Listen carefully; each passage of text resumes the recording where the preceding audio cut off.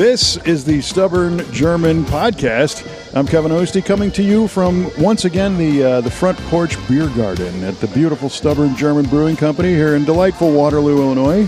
Joined by the proprietor of the Stubborn German, Mr. Chris Ron. Hello, Kevin. Hello, Chris. How are you? I am exceptional. We knew that. We're also joined by our esteemed producer, Mr. Jared Chasson. A very good evening to you. And we have a very special guest, Mr. Brent Tellor. Thanks for having me. There you go, buddy. Definitely. Thanks We're for glad to joining have us. you on. Thank you very much for coming. And we are going to learn all about Brent and what you bring to our table here tonight in just a moment, because there is a tradition here on this podcast. I don't know if Chris warned you about this. I did not. But we have a little game we play that he always seems to win. And it is called the German Word of the Day, in which Chris throws a word out, and none of us speak fluent German. Maybe No. you do. I don't know. I do not. And we make a guess, and then the answer is revealed at the end of the show. And Chris gets to laugh at us. So it's really a lot of fun and demeaning to us. But let's try it. I would say, Actually, Brent is probably one of the people that I'm the most nervous about as far as getting the word right. Getting it right? So Okay. I picked a very hard one, so hopefully you won't get it. Okay, the German word of the day is... hopefully you won't get it. Yeah, I know. You hear this guy? Welcome. Thanks for joining. Hope you lose. Well, I have to figure out how to pronounce it. Zitronensaft. Wow. Zitronensaft. Is this a word or phrase? Zitronensaft. It's one word. Zitronensaft. Zitronensaft. I don't Does it start know. with a Z or a C? A Z. Zitronensaft. Well, we'd like to be polite on this podcast and let our guests go first. What does Zitronensaft mean? Zitronensaft. If you don't know, just make up a word. I have no idea. No, you got to make up Could something. be anything. You guys come up with something. Zitronensaft. Zitronensaft. Citrus stick. Okay. Citrus That's a stick. good guess. I like it. Okay. Citronen, and then the saft could be like a staff. Like Right. A, I was thinking Seft is something I've heard before, but I can't actually think of what it is, and I have no idea why. It's a Citronen stuff. I also speak zero German, so Yeah, Zero you did German. a good job there. Me too. I'm going to let you go next, Kevin. Oh, so thank you so much. Zitronensaft. Well, Brent, you took my guess. I was going to say a citrus staff myself, Yep. or citrus stick. Let's see, Citronen staff, Saft, Citronen staff, S-A-F-T. Saft, Soft. Zitronensaft. Citronen. So it's clear to me. Florian's going to be so mad at you. yeah. Hopefully he doesn't listen. Yeah. He's not one of our 8 listeners. You're fine. It's orange pants. It is Oh, orange wow. pants. Obviously. Okay. Of course. Yep. It's orange pants. Orange pantalones. All right. I'm going to say, because I'm looking at it right now, theater stage. Theater stage. Very nice. We got the Theater- Capitol Theater in the background Yeah, over right here. there. Zitronensaft means theater stage. Okay.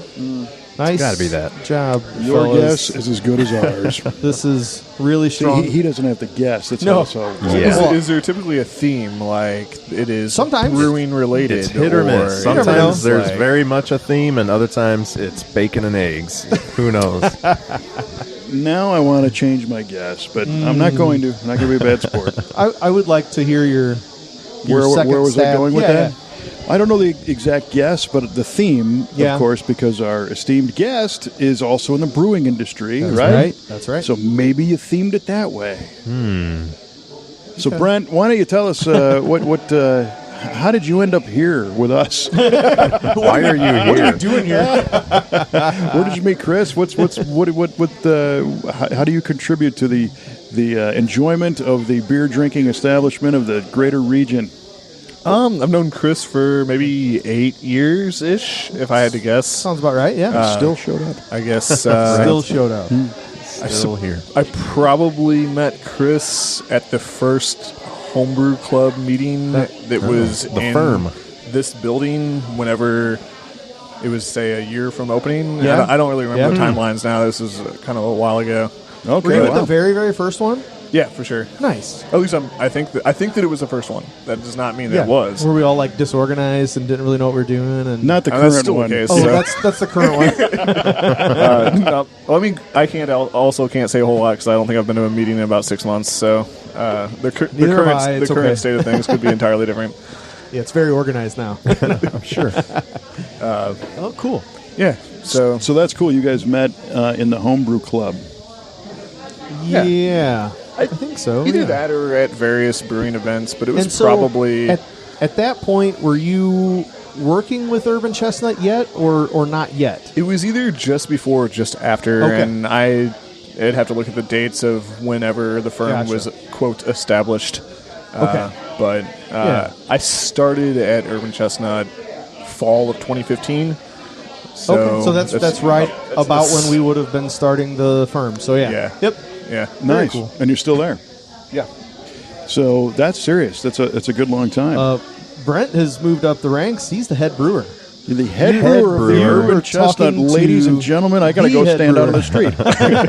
And I'm Yeah. guessing you didn't Very start cool. out in 2015 as the head brewer of Urban Chestnut. No, I did not. I Okay. started in like the logistics / warehouse side of things, and then What do you do there? I drive a forklift around. In the walk-in cooler, right? Wow. What are you asking? You drive the walk-in. you drive your forklift in the walk-in cooler, right? Yes, Yeah. we do have a It's walk. the coolest- We, yeah. we have a He's got a drive-in. I guess drive-in you could say cooler. it's a drive. It's a drive-in cooler. It's a drive-in cooler. Fantastic. In fact, driven the forklift in the drive-in cooler many Yeah. a time. I thought that was the coolest thing when I literally We're the going to get blown coolest out here thing. for a second. Life goals. Yeah, that's not too bad. There we go. That's not bad. So again, because we were sitting out on the veranda here of Got a the little Stubborn Milwaukee German. muscle here. Yeah, it's a summer night, so we have some Yeah, some ambiance in the form of a V-twin. a V That's right. twin. So yeah, we're just like the last episode. We are out front on the patio. Oh, yeah, we didn't establish Yeah. that, did we? kinda Maybe did. we did. Yeah, you Maybe. did. Oh, did we? Okay. little Of bit. course we did. I'm So- noticing more on this one, the cicadas chirping in the background. I don't know if we had that on the... The zizzer bugs. Right. Yes, they were there before. Were they? Yeah. I didn't notice them. Scissor Okay. bugs. It's ambiance. It is ambiance. It It's is. just Nice. there. Yeah. So you rose through the ranks from the drive-in ice box all the way up to head brewer. That is impressive. So share with us a little bit about Urban Chestnut, because it's a great name around here, a great brewery. A lot of people know, but this podcast goes into multiple universes. So Okay. there are people on the opposite side of the galaxy that want to know about it. Yeah, so Urban Chestnut, we were founded in 2011, so I've only been there for, say, 2/3 of it. But our focus is predominantly on German lagers, some other German styles, akin to the place that we're at currently. Yeah. But we try to mix things up a little bit, do a little bit of, we call it our Revolution type beers, which is the stuff that kind of goes off the walls a little bit more as opposed to our traditional roots, I guess you'd say. So let me back you up just a touch, and I'm sure there's a story behind Urban Chestnut, behind the name. Yes. Share. So, I mean, Do you know it? First question.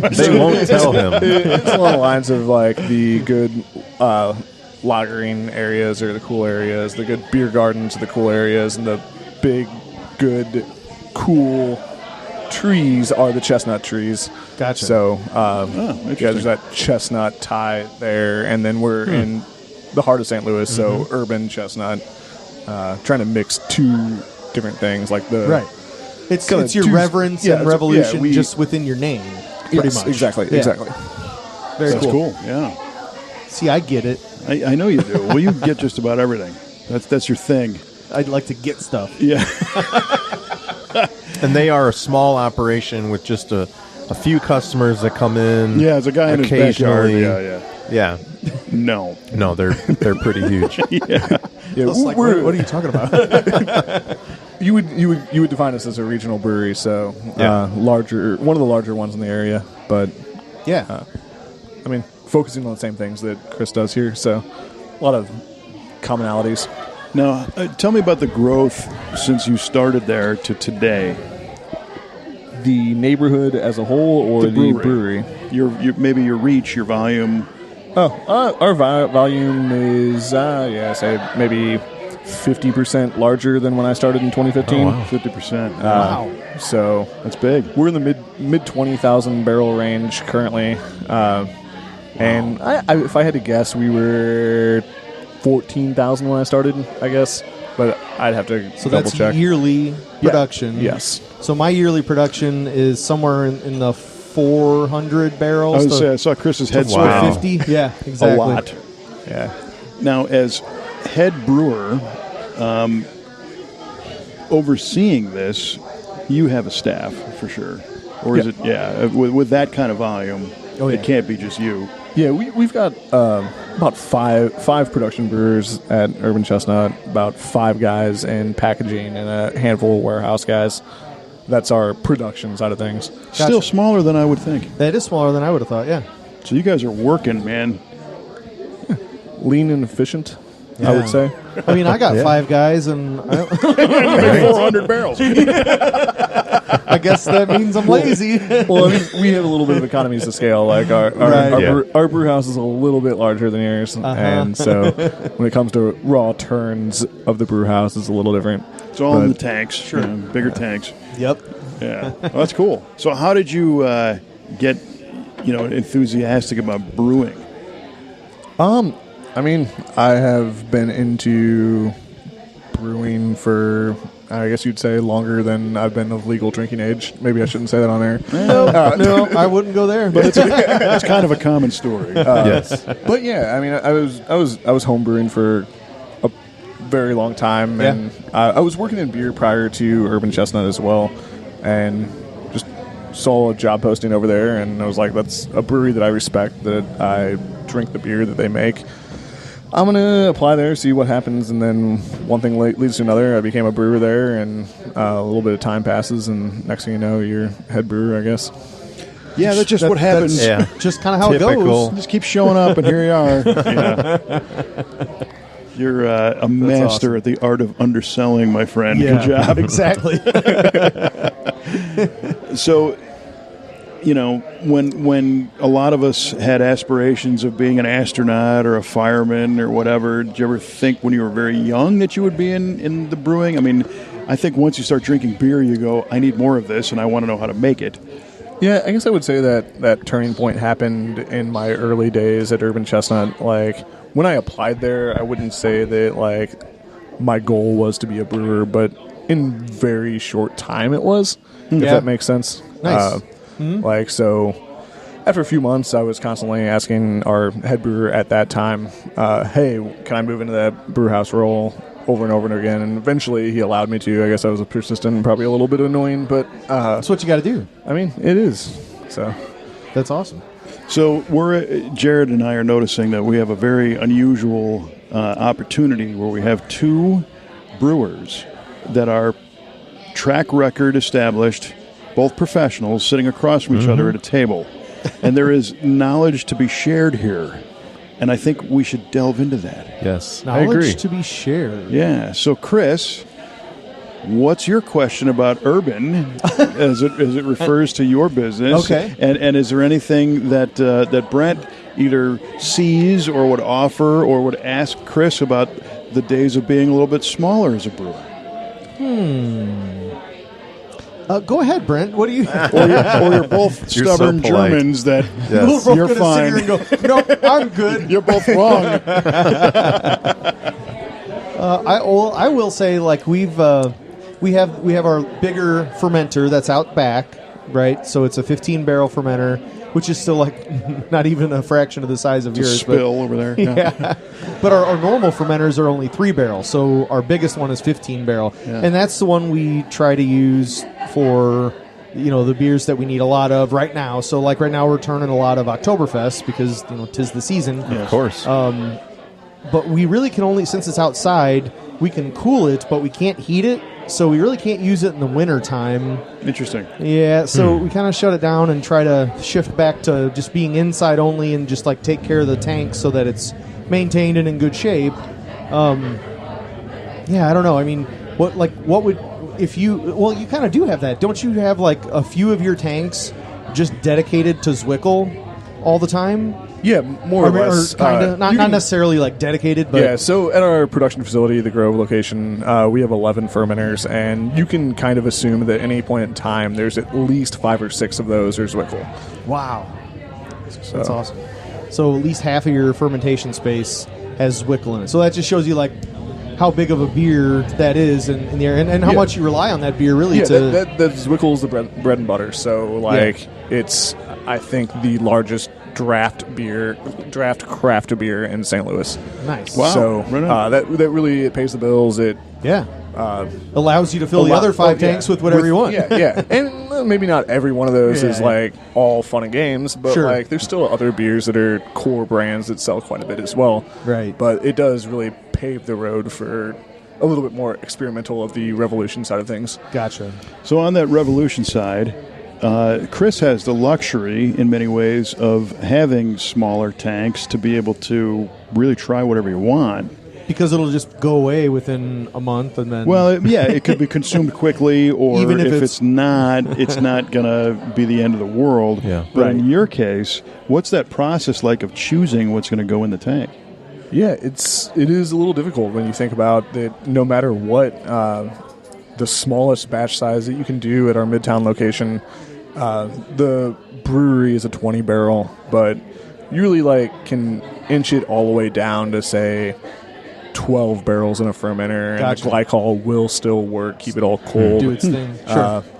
But even that's say 25 50-liter kegs that you have to go through in your tap rooms, and so there's a lot of back and forth of we could do this fun thing, but is it going to sell, or is it going to rot in the cooler? Right. And because not everything, all these little one-off fun projects, not everything gets out for distribution, right? Yeah. So moving all of those solely in the tap room for us is kind of difficult Can get sometimes. tricky. So I wouldn't say there's a master plan of this is the criteria you must hit to have this fun beer, but there is a lot of back and forth discussion between the sales team, the production team, various leadership positions. Do we think this will move in the bar? That's kind of how it looks. And also, that's what the Midtown location's for too, right? I mean, that's the smaller, or is that what you were talking about? I'm sorry.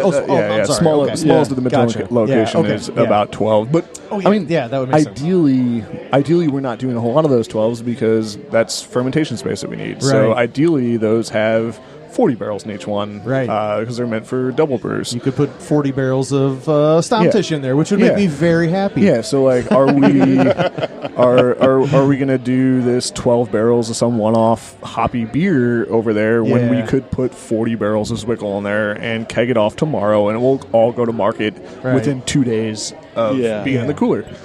So I think this starts to touch on people's perception of a corporate conglomerate brewery, to where a lot of people, including myself, imagine a boardroom where the decisions are made by charts and graphs and numbers on, no, this is what we're going to do because research says this is going to sell, whereas Chris is small enough to be able to go, yeah, we could try that. Why not? Sounds like fun. Hey, this guy just won our contest, our brewery, our barbecue. Let's make that. Sure. And you guys are kind of in the middle of that. Well, we're definitely not quite the charts and graphs in the corporate boardroom. It's more of a handful of people over a beer talking, what do you think's going to happen? Right. And Kevin, you make that comment, but also on the flip side of that, I think a couple times now we've done collaborations where literally Brent and I just start texting back and forth, it'd be funny if we did this collab, and it's just a joke, and then it's like, well, we haven't done a collab in a while, let's do a collab. You want to do something? And let me see when we can free up some tank space. Okay, we got tank space, we have a date. Now what kind of beer do you want to make? And then you start designing the beer. Nice. Or it starts with the beer and then works the other way. Let's find some time and some tank space. And so Jared, collab is the German word of the day. It means silliness. Yes. And I would say that is what a collab is silliness. When hopefully you get a good beer out of it. One of the reasons why it's so easy for us to just text and be like, this is what we're going to brew, is that inherently what you and I prefer in a beer is something that is going to move. So, you and I aren't texting about making some milkshake, lactose beer. No, very rarely. Sometimes I say, Brent, let's do a... But we don't do it. So we don't actually. All right, so I have a question here, because what I'm learning by doing this podcast and the esteemed guests that we've had on is that so many of you know each other, especially, and what we're learning is on the level of texting to influence product, if you will. Is there like a local Illuminati of brewers around here that everybody's connected? And It's called the FERM. it is the firm. That's what it is, right? Yeah. I also think that if that exists, we're not supposed to talk about it. So That's Right. also If it correct, did, Brent. that would be pretty cool, though. That's really wild to know that the enthusiasm level is shared so much, and it's not a cutthroat competitive. No, we can't talk to you because we're putting you out of business. Not at all. In fact, that's Yeah. exactly the opposite. Yeah, I mean, love it. If and I've done this many times, ask Brent for advice, ingredient help, Sure, ingredients. Like, do you have these hops or these, and vice versa. Like, I mean, Yeah. they're not asking me for advice, but I think that I probably have before, though. Yeah, I wouldn't doubt it. Anyway, but no, I mean, they are He the wants to know what night bingo's on. yeah, he does, and I give him advice and say, well, it's Wednesday. Unfortunately, missing that right now. Looks like a riot in there. Sacrifice, yeah. But no, that's happened quite a few times where I will go in, I'll bring some of my cans when I first started canning beer, brought it in. Amy and Kurt in the lab started working on figuring out my oxygen levels. Like, I don't have that kind of equipment. I don't have that money to buy that stuff, but they have it all at their disposal. And They are willingly helped you? very happy to help. Yeah, I That's usually cool. bring a couple cases of beer, and then y'all sit and we drink beer The afterwards. currency of reality is what I like to call it. Currency of reality. The reality is that it's a very small, close knit industry. Everybody knows is. everybody. Right. And at the end of the day, it's not like us versus them. It's us versus macro beer. So It is. like, Yeah. Yep. you know, Except for Oktoberfest this year, it is us versus them. that's true. Quite literally. Great point. So, in No. addition to the beer, there's the event side of things. There is, And yeah. I'm looking across the room at the countdown calendar for Stubbornfest, which happens to fall on the same date as the Urban Chestnut Oktoberfest. It does. So normally you guys are a week. I think. Is it ahead of us? You're a week after us. I think we're typically a week after. Yeah. So we always do ours on the last weekend of Munich's Oktoberfest, which this year bumped it up a week. Next year it goes right back down. So anyway, for this 1 year, everybody listening is going to have to figure out what day they're going to Stubborn German's Stubbornfest and which day they're going to go to Urban Chestnut's There we go. Oktoberfest. So, Nice. and I unfortunately can't make it for like the first year in. Well, I don't know. man. It's been a few. I'm sad. You can't train somebody to sit in for you here at the Stubborn for a little while and head over there? I don't know. What are you doing? I'll be in Urban. I'm sorry. All right, I'll see you there. I mean, I'm just gonna say I'm planning on being here Saturday We could afternoon. switch So roles. Why don't you guys better- just change? Yeah, Yeah, how switch about- rules. How about you come to Urban Chestnut on Saturday afternoon? I'll come to All it. right. Yeah. No, I understand Deal. this. That doesn't I've observed it. Chris does a lot of work for Stubbornfest. Chris and Tammy both. It's a tough so- weekend for Yeah. sure. It's hard work, but it's fun. But it is a lot of fun. Yeah, What it's a What blast. is the date of that again? That's September 29th and 30th, right? Correct. And the Yep. 29th is the Friday, and the 30th is Saturday. So plan accordingly, friends. You're going to both. Yep. Okay, so what time does yours start on Friday? You're earlier, right? Is it noon? Technically noon, but Noon, really oh boy. the That's like that's the a hard entire weekend. Party starts later. We yeah. shut down the street early in the day, but like realistically, all those bars that open up Yeah. down Manchester are all those further down Manchester are really opening more like 4:00 in the afternoon. Gotcha. But we are Darn. open. We have the street shut Yeah. down, but like full blown Oktoberfest more like 4:00. Nice. Share with us what that experience is like. What do you got going on for that? So we shut down the entire block of Manchester. Those of you who do not know where Urban Chestnut is located, it's on Manchester Avenue between Taylor and Newstead. And your building's like 6 miles long, so it's yeah. all 6 miles. You right? can't miss it. It's more or less the whole city block between Taylor and Newstead on Manchester. So we used to always hold this over in the Midtown neighborhood and had a larger footprint, but during COVID we shifted to the Grove because it had a little smaller footprint. But then we still shut down Manchester, and kind of in that process we realized that we really liked that location, even though the footprint is a little smaller. But it's Well, and your patio is a natural stage for the music. The and terrace that faces over Manchester is it's perfect. perfect. Yeah. So we all really enjoyed how it turned out. So we're trying to like build that out every year to figure out exactly what it can scale up to. We're kind of working through that still. You guys have, what, a half a dozen bars out in the street? I mean, they're everywhere. Yeah. I think that we had, so the first year we did over here, we kind of misjudged the number of taps. So the lines were a little long, and it was probably not a great experience for a lot of people. But That's really how we learn. Yeah, we really improved on that. So like last year, I don't think that there were a whole lot of lines. I think we doubled the number of pouring stations last year. Nice. And same plan this year. So I didn't have to wait in any lines last year. I made Rick Kleinschmidt go and get all my beer. But yeah, we shut down all of Manchester. We have bands playing from the terrace overlooking Manchester. We'll have a big stage in the loading dock area. At the other end, yeah. Yeah, playing some more like rock music and stuff like that. So you can get your German fix over here, and then if you're tired of that, you can go do the rock stuff at the other end. Say, Jared, you might want to set a tape over there, man. You There got you go. auditions, accepting tapes? Get your audition tape to Florian. That's right. You never know. That's it. And My farther route. My favorite farther route.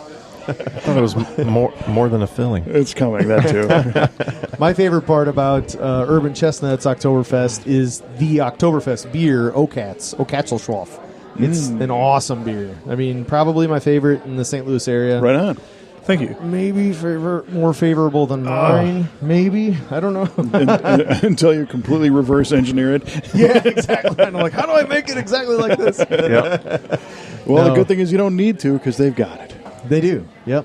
Yeah. I drink a lot of it. That's cool. So I was going to ask earlier, and you kind of already answered this question, but if a stubborn German customer or a stubborn German podcast listener That guy, yeah. yes, has never had Urban Chestnut beer, what should they try first? Why would they Is not? it the Zwickel or is it the Oktoberfest? I mean, ultimately, it comes down to whatever you like. Okay. However, I would be partial to, say, Stammtisch, which is our German Pilsner. Okay, It's a Stammtisch. good balance of drinkability and bitterness. Oh. And You and I had that the other night, didn't we? We did.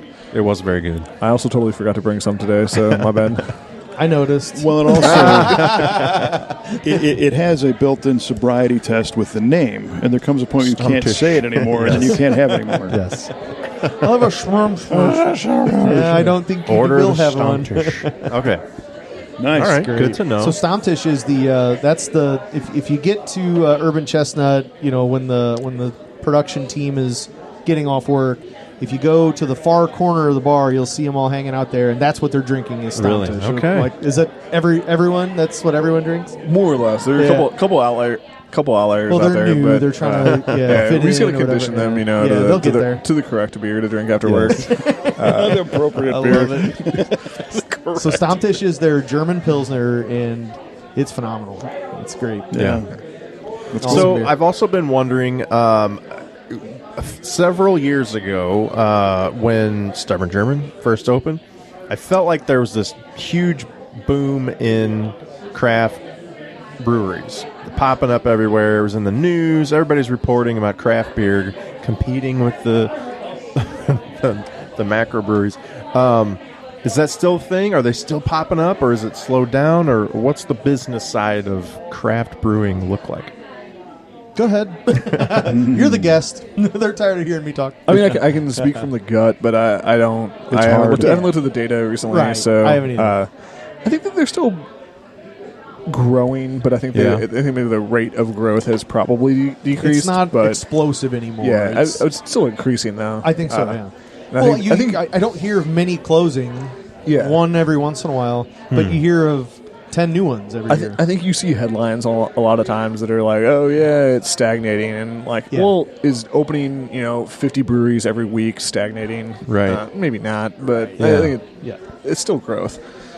And it feels is, yeah. it feels like here business is as good as ever. I don't know. Chris could talk to that, but like if it was stagnating, you'd expect, and if breweries were closing, you'd expect sales to kind of be dropping off. But it doesn't seem Yeah. to be the case. I mean, when I walked in the door there to get this beer, there wasn't a seat to be had. well, so, it is bingo night. Well, I mean, did you see the bingo prizes? I mean, we don't screw around. I guess Waterloo takes this bingo seriously. They sure do. People come from 12 minutes away for this. All around, man. We have dozens of people in there. Yeah. No, it's a good crowd. Yeah, for sure. Yeah, it is. Yeah. Well, I think, at that time period, Jared, the news headline of a new brewery popping up with whatever its spin was a good headline, right? Because they all had that story like, oh yeah, this person's doing it and their influence is whatever. And today, I think a lot of that is I'll just, for lack of a better term, call it some of the nonsense, the gimmicky stuff has been kind of cut through. And the good breweries are doing what they're doing. They're doing well, and some of the people that just thought, hey, this will be fun. I'll just do this. I don't know anything about it, but I'm going to brew all this and give it a go. Maybe not. We'll see. There was this sort of camaraderie, and you guys talked about this a little, like you're not competing with the other craft brewers. It's all a team effort. Has that changed, or is that still a thing, or do you kind of like... We hate all the other breweries. Right, I know. We hate them all equally. Yes. It was so hard to get Brent on. The only lager to be had in St. Louis is the Urban Chestnut lager. Right. Yes. Oh, yeah? There you go. Nice job, Jared. Well, we are not in St. Louis, sir. All downhill from there. No, it's all good. I mean, we hear of people popping, or I know of things in the works that aren't even really out there yet, and it's like, what do you need? Right. I'm here to help. I had people help me, so I mean, Well, and the more and the bigger the industry is, the better for everybody involved. It really is. Yeah. I mean, what you really want to develop is Joe Blow macro beer drinker turns into Joe Blow craft beer drinker, right. And then he's going to all the breweries each weekend that he has available, and he's hanging out at Urban Chestnut, and he's doing the other 5 breweries around there, and he comes to Waterloo and does all the the Waterloo, the Redbud, the Millstadt brewery, like that's what you want. That's what you're trying to develop if you can, The culture. Say there's 9,000 breweries in the United States, or whatever the number is now. Maybe it's 9,400. Is that what we're up to? Something like that. How am I going to get to all those? I mean, but like, why? And if all 9,000 of us combine to 14% of the beer drank, why would we fight with each other? That doesn't make any sense to me. Exactly. Right. And so, interesting. Like, maybe we should go for that. Other 86%. Let's attack there. Right. It's interesting. And so I grew up in the Chicago area, and I moved away in 97. And at that point, there were 9,800 liquor licenses in the city of Chicago alone. 9,800 just in Chicago? Yeah, and I didn't get to all of them. I bet you tried. I tried hard. Tried my best. Yeah. But it's interesting when you start looking at the scale of what this stuff is. So 90-some hundred independent breweries. It's pretty wild. Yeah. But 350 million people in the country, so there's some room there. Now, did Urban Chestnut set out to... I know you didn't start there when they started, but did they set out to be as big as they are now, or did it just become that? I can't speak to exactly what their goals were when they opened Dave and Florian, but I would think that we're larger than maybe they originally thought, but then maybe in that time frame of like 2013, 2014, when we were really blowing up prior to me working there, before the Grove location worked up, maybe the expectations might have changed then, but I don't think that was the day one plan necessarily. But like I said, I can't speak for them. Sure. Well, I've never asked them that question, to be honest. They do have a Urban Chestnut in Bavaria. Yeah. Wait, what? Field trip. Right? Right. Am I right? Yeah, Talk about that. So, we have a small brewery in the heart of the hop growing region of Germany, a little bit north of Munich. It's smaller than the Grove production facility, more akin to the size of our Midtown facility, but they really churn out a lot of beer over there, and the people seem to really enjoy it.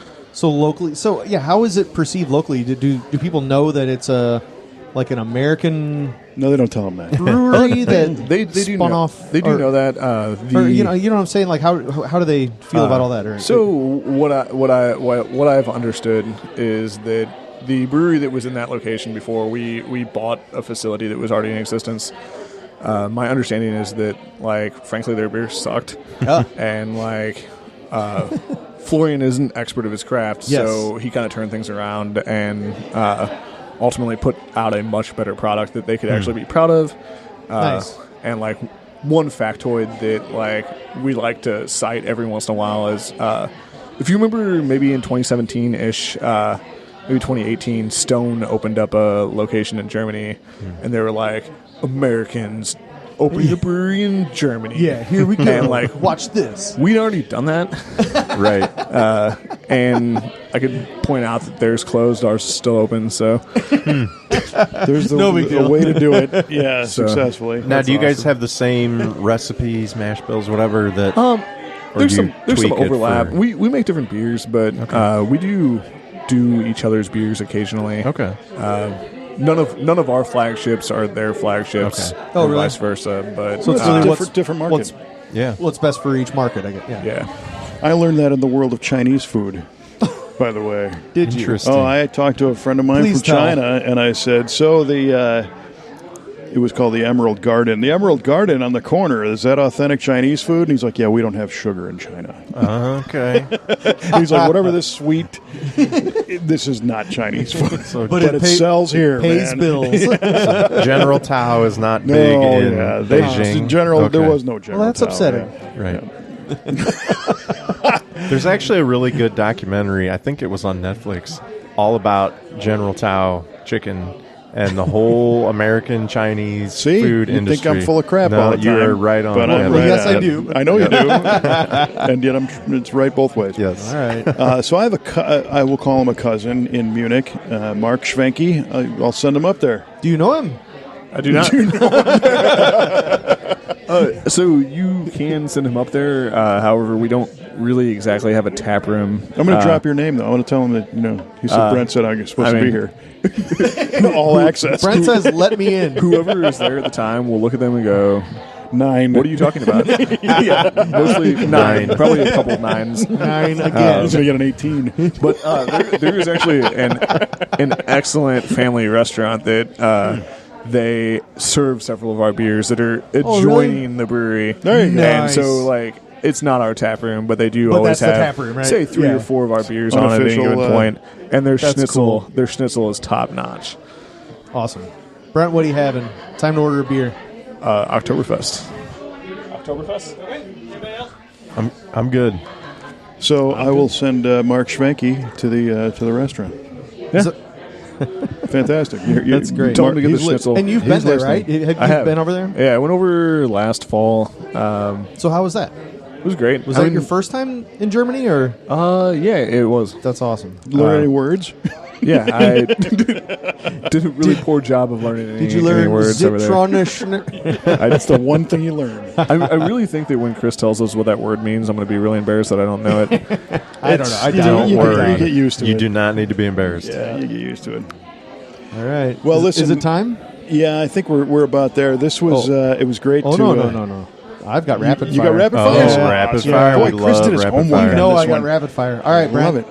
The idea is answer quickly. First thing that pops in your head. If you have a sentence or two to back it up or explain your answer, that's fine. But, okay. Here we go. Here we go. If you could be any beer style, what would you be? German pills. Damn. Good one. Oh, that was quick. Boom. Favorite beer ingredient to work with? Pilsner malt. Water. Pilsner water. Pilsner malt. Pilsner malt. Okay, all right. Okay. All right. A lot of pills are going on. Who brews the best Oktoberfest beer in the world? Obviously, stubborn German. No, come on. in the like, world. The best in the world. Besides Let Urban me think. Chestnut and Stubborn Like the German, real world. the best one Yeah. you've had. The Earth one. That's tough. It is. I have my I had a favorite. handful in Munich last fall, and trying to name one. Were they out but- of Steins or? they were out of a lot of different vessels. Hit a handful. Ooh, that's really tough. Like picking a favorite, I don't pick favorites. Like, All right. I'm Well, I not- didn't know if you just had that No, one. I What's don't this? What I don't do you have a- like? You're What do talking you to somebody like? who doesn't have a favorite color, favorite movie. Like, this All right, is way too hard. Well, you're going to struggle on the rest of these. Well, if somebody asks you those two, go with fried green tomatoes because it's got both. It's a movie and a color. Okay. And Next a food. one. And a favorite food. So you travel all over the place, not just to Germany. But so, what's your favorite place to travel? Out west. Out west? Okay, cool. Mountains. Somewhere with a mountain and pretty some, into backpacking. some water. Okay. Well, so where? What's your favorite so far? so far, the Wind River Range. southeast of the Tetons area. Oh, Nice. okay. Been out there a couple times, just Cool. recently, Awesome. a couple weeks ago. Cool. So I'll put it on the list. yeah, absolutely. There's a brewery in the town feeding the range. So Oh, So cool. interestingly, Should by the go way, there. a little sidebar there. So the Tetons, of course, is a French term. Of What- course it is. What the French? Les Tetons. Yeah, it is. Les Tetons. You know what it means. But the French are known for wine. What do the French do with beer? not Are there much. good French beers? Nothing exciting. Tune in next time when we don't talk about that I was because in, we don't care. I was in France. It'll be a short one. I was in France last fall with a hop rep that we buy from. There's a bunch of hop growing regions on the border of France and Yeah. Germany in the Alsace region. The hop salesman, we went to a bar to get beer, and I was like, "What's good in France?" And he goes, "We don't tell Germans how to make beer, and they don't tell us to make wine." There's your answer. See, I knew there was enough. something there. Fair enough. That's great. All right. What's your favorite Urban Chestnut beer to drink? Stomptish, as we discussed earlier. That's what I figured. What's your favorite hop variety? Either Hallertau, Mittelfru, or Saphir. They're pretty close. I think I like Mittelfru the most. Me too. As do I. What is the weirdest UCBC beer you've ever been involved in? Ooh, wow. If you say Freundschaft, I'm going to weirdest. lose No, my the weirdest would be, this is maybe 2017. I'm trying to remember exactly the details now. Freundschaft. Is it the donut This, beer? the which one? The donut beer? No, that is, Okay, keep going. so Duncan Punkin. this has been a few years, so pardon me if I get the story wrong, but long story short is an American biology guy who is living in Germany, doing a lot of like PCR kind of work, like isolated a certain yeast from the bottle of like a really like 100-year-old bottle Nice. that he came across somewhere in a basement. Cool. And long story short is we made a like pseudo lager beer out of it, Right. even though we kind of like determined that it was not going to have lager characteristics, but we determined it was going to function well at lager temperatures. Okay. So it was really phenolic, Oh, fun. cold fermenting yeast. Yeah. For the life of me, I can't even remember what we called it now. But that was a ton of fun. It was like kind of like an amber lager with this old But yeast. exclusively use that old yeast that you guys isolated. So, Interesting. So this That's guy, cool. this guy isolated, and we grew it up And in you our grew it and labs. did it. Like we Okay. have a pretty robust yeast program. So Yes. Kurt Yes, built you it do. up Nice. and built it up to a usable level, and then we fermented with it. And I apologize, I can't remember the name of the beer, but That's that's the okay. story. It's probably gone now if it was in nice. 2017. It was really cool. All right, what's your favorite brewery in the St. Louis area to hang out at that's not Urban Chestnut? I'd probably easy to say well spent nowadays. Oh, cool. Well Nice. spent. I go there every single Tuesday. Oh, yeah. then there I'd you say go. They have a cornhole league. Oh, all right. Man, You're not only the member, you're a president. he's you have a- Cornholio. Do you have a favorite beer festival? St. Louis or nationally? Well, so I was going to split that up. So you just say your favorite. Let's go with. That is tough. Been to a lot of them. Yeah, they kind of all bleed Great together. American Just Beer shout out Festival. your favorite couple. Festival of Barrel Aged Beers in Chicago is Yeah. a pretty good time. It's not really my kind of beer, but it's really cool to watch the weird things that people are doing. Yeah. So yeah, let's go with Fobab. Cool. All right. We'll take that. So then what about a St. Louis area beer festival? Do you have a favorite one of those? Yeah. Probably tend to have the most fun at Augusta Bottoms. Cool. If Yeah. you've been out there before. I have not, but I hear how amazing it is. Yeah, I should think do you, that. I think you It's a normally lot of have something times- going on, and maybe it Yeah, normally lines Stubbornfest. with it. Oh, I was thinking it might line up with that pumpkin thing that you guys have. If it's not Stubbornfest, it's the Pumpkin Fest. Yeah, it always is. But yeah, they always have bonfires and all the brewers camp out, so it's a good time. What is the best Urban Chestnut festival or event? I would say Lagerfest.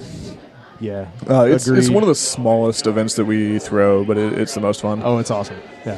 Favorite food at Urban Chestnut? Ooh. That's a great point. There's food there. Yeah. The chestnuts, maybe. The pizza's the pizza's really good. Specifically the mushroom pizza. Okay. So I was gonna say, what are you getting on it? Yeah. All right. Favorite non-craft beer. Natural Light. Wow. Oh, wow. Nice. Okay. Jared, go ahead and delete this episode. Yeah. Well, And thank you. All right. Last He one. didn't stay old style or hams, so he's out. yes. All right. What's your favorite Florianism or something he says that gets lost in translation that you guys get a chuckle out of? Ooh, what if he's listening? He won't be.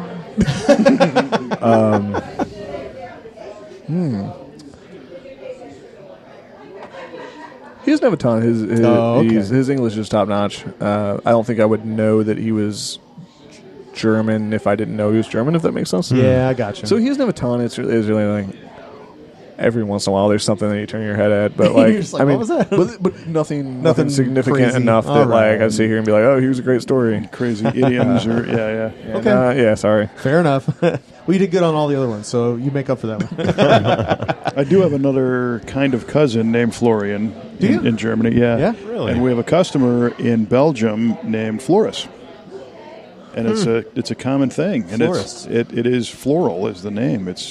Yeah. It would be unusual to have a person named Flower? here, Yeah. right? But in Europe, it's a thing. It would be. Yeah. It's pretty cool. I like it. Yeah, I do The more too. you know. No, I like the dude's beer. That's even better. Heck yeah. Well, Mr. Brent, this was great. I appreciate you sharing the time with us and a lot of the insights. Yeah. Our listeners are all turning blue because they want to know what the German word of the day is. So does Yes. Brent. I could tell. I can't wait. Was. Oh, it's right here, guys. Goldschlager. Goldschlager. Zitronensaft. That's right. Zitronensaft means Goldschlager. Brent said it means a citrus stick. Bratwurst. Kevin says orange pants. Right. Jared says a theater stage. Yes. Fantastic. Such great guesses, you guys. But I'm sorry, Zitronensaft means lemon juice. Oh, You were on. Man, You were both so on. You're Yes. an honorary winner on that one. I think In That was- hindsight, yeah, that was hindsight's good. 2020. I should have known soft. Yeah, soft. Yeah, I juice. see. I was wondering. I'm like, this could be something that So there he's is seen kind on of a box or something. Or Yeah, I've definitely seen the word before. kind of so. a theme, sort of. So you picked up on that too. And to be fair, Chris is really good at not giving it away when you're close. Like, some people be like, oh, maybe it is that. Yeah, Oh, he's citrus, got a Chris huh? is like, yeah, whatever. It's totally whatever, not citrus. Whatever, Kevin. pretty good poker face over there. Yeah. Chris has mastered the art of not caring. Well, Yes. it's because the confetti is inside the brewery. It's not outside. Right, I there's no couldn't have a confetti out winner here. Out on the here. patio. That would be embarrassing. Well, thanks for joining us. We hope you enjoyed your time hanging out here on the veranda and enjoying this beautiful early fall evening. Yeah, thanks a lot for coming. Any excuse I can come over here to have beer sounds good to me. We can do this next week. That's it. Excuses. Here's a new T-shirt for you. Maybe I shouldn't have said any, but Stubborn German. Excuses not needed. Yes. Oh, I like that. Yeah. No excuse Let me needed. run that by the T-shirt department. There you go. So if you Tammy, are you listening? like this episode and these She's kind of not stories, push that subscribe button and you'll be alerted right away when the next Stubborn German podcast episode launches. And we don't know who the next guest is going to be, but we're sure it's going to be somebody interesting. It's going to be amazing. It will be. have no idea. Unbelievable. Yes. Yeah. So subscribe. And as we exit every episode of the Stubborn German podcast, we're going to raise our glass as we say, Prost.